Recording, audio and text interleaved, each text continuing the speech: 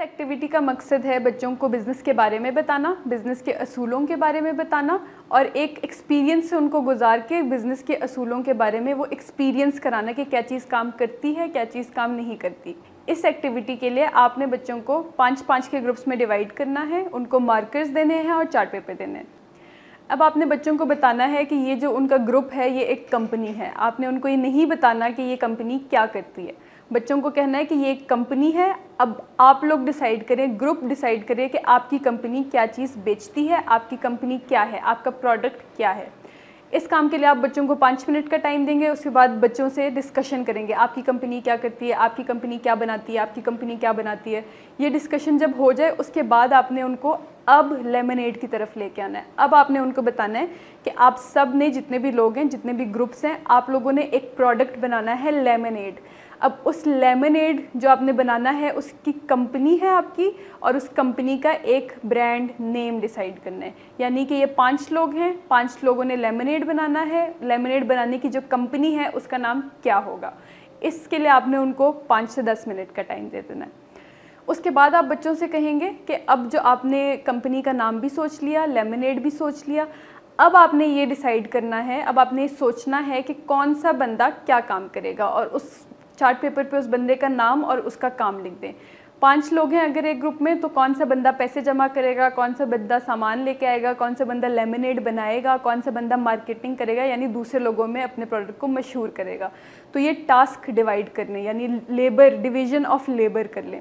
उसके बाद आपने ये देखना है कि आप जो चीज़ बेच रहे हैं वो आप किसको बेच रहे हैं, तबका कौन सा है। लेमनेड के लिए भी और वैसे भी जो बिज़नेस में, कारोबार में आप किसको बेच रहे हैं, आपका कस्टमर कौन है, उसको क्या प्रोडक्ट चाहिए, वो किस क्लास से है, अपर से है, मिडिल से है, लोअर से है। के नज़र में पैसे की अहमियत है या फिर क्वालिटी की अहमियत है। क्या वो महंगी चीज़ अच्छी क्वालिटी में ख़रीदेगा या फिर वो थोड़ी सस्ती चीज़ ख़रीदेगा, पैसे या फिर क्वालिटी। फिर आप उनसे कहेंगे, बच्चों से कहेंगे कि अब आप सोचें, ऐसी तरकीब सोचें कि आपका जो प्रोडक्ट है, आपका लेमनेड है या फिर आपका जो भी बिज़नेस है, उसको आप लोगों में कैसे मशहूर करेंगे, आप लोगों में उसको कैसे फैलाएंगे। जैसे कि इसकी मिसाल ऐसे होती है कि अभी अगर हमने लेमनेड यहाँ पे बनाना है तो आप अपने लेमनेड के बारे में ऐसी क्या चीज़ें दूसरों को बताएंगे कि आपका लेमनेड मशहूर हो जाए। क्या आप स्टॉल लगाएंगे, कुछ डेकोरेशन करेंगे, कुछ लेमनेड को की रेसिपी चेंज करेंगे, ऐसी क्या चीज़ें होंगी, और उन चीज़ों को आप किस तरह से फैलाएंगे। क्या आप नारे लगाएंगे, स्टॉल लगाएंगे, पोस्टर बनाएंगे, कुछ चार्ट पेपर्स बनाएंगे, तो वो आप लोगों को अट्रैक्ट करने के लिए अपने स्टॉल की तरफ, अपने प्रोडक्ट की तरफ आप वो क्या चीज़ें करेंगे और वो कैसे करेंगे।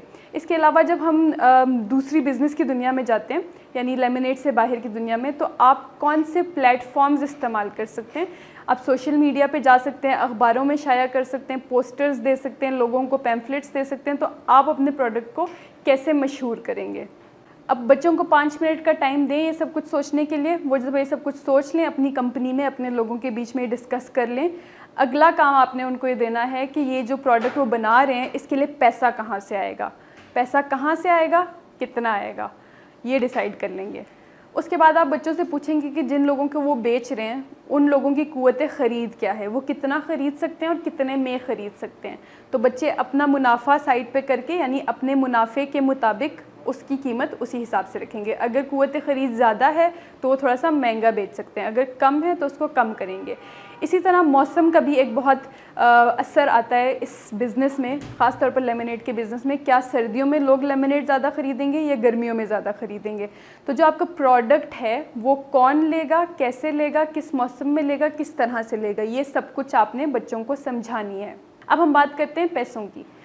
पैसे लेने के लिए पहले ये देखना ज़रूरी है कि क्या चीज़ कितनी इस्तेमाल हो रही है, कितनी मिकदार में इस्तेमाल हो रही है और उस मिकदार की कीमत क्या है। अब आप बच्चों को 10 मिनट का टाइम देंगे और उनसे कहेंगे कि उसी चार्ट पेपर के ऊपर वो ये लिखें कि उनका लेमनेड किस किस चीज़ से बनेगा। चीनी हो गया, पानी हो गया, लेमन हो गया, लीमू हो गया, नमक हो गया। तो उनकी वो फहरिस्त बना दें चीज़ों की जो लेमनेड में चाहिए और साथ में उसकी कीमत लिख दें। मिसाल के तौर पर नमक 10 रुपये, पानी 10 रुपये, चीनी 50 रुपये। तो जितनी जितनी उनकी कीमत बनती है वो लिख दें, 200, 100, जितनी भी।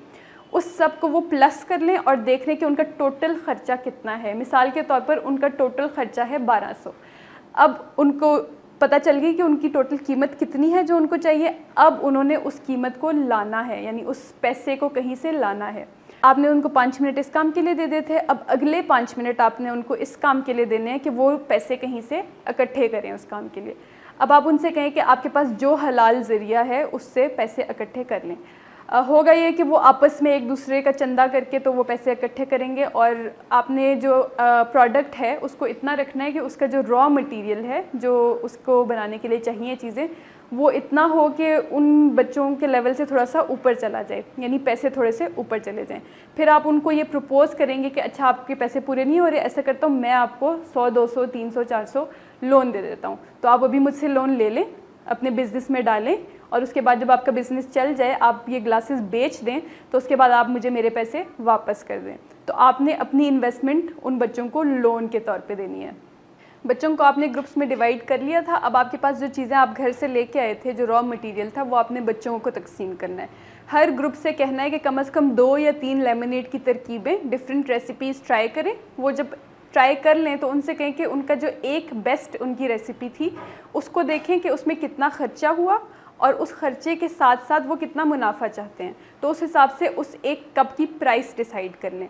अब ये एक कप की प्राइस फॉर एग्ज़ाम्पल वो 10, 20, 30 रुपये अगर करते हैं, 50 रुपये अगर एक गिलास की है, तो उनसे कहें कि अगर ये 30 गिलास आपने बनाने हैं, 50 गिलास अगर बनाने हैं, तो उसमें कितना ख़र्चा आएगा और उससे कितना मुनाफा होगा। जो उससे मुनाफा होगा उससे उन्होंने पहले जो मुझसे लोन लिया है, जो मुझसे उधार लिया है, वो वापस करना है और अपना मुनाफा अलग करना है।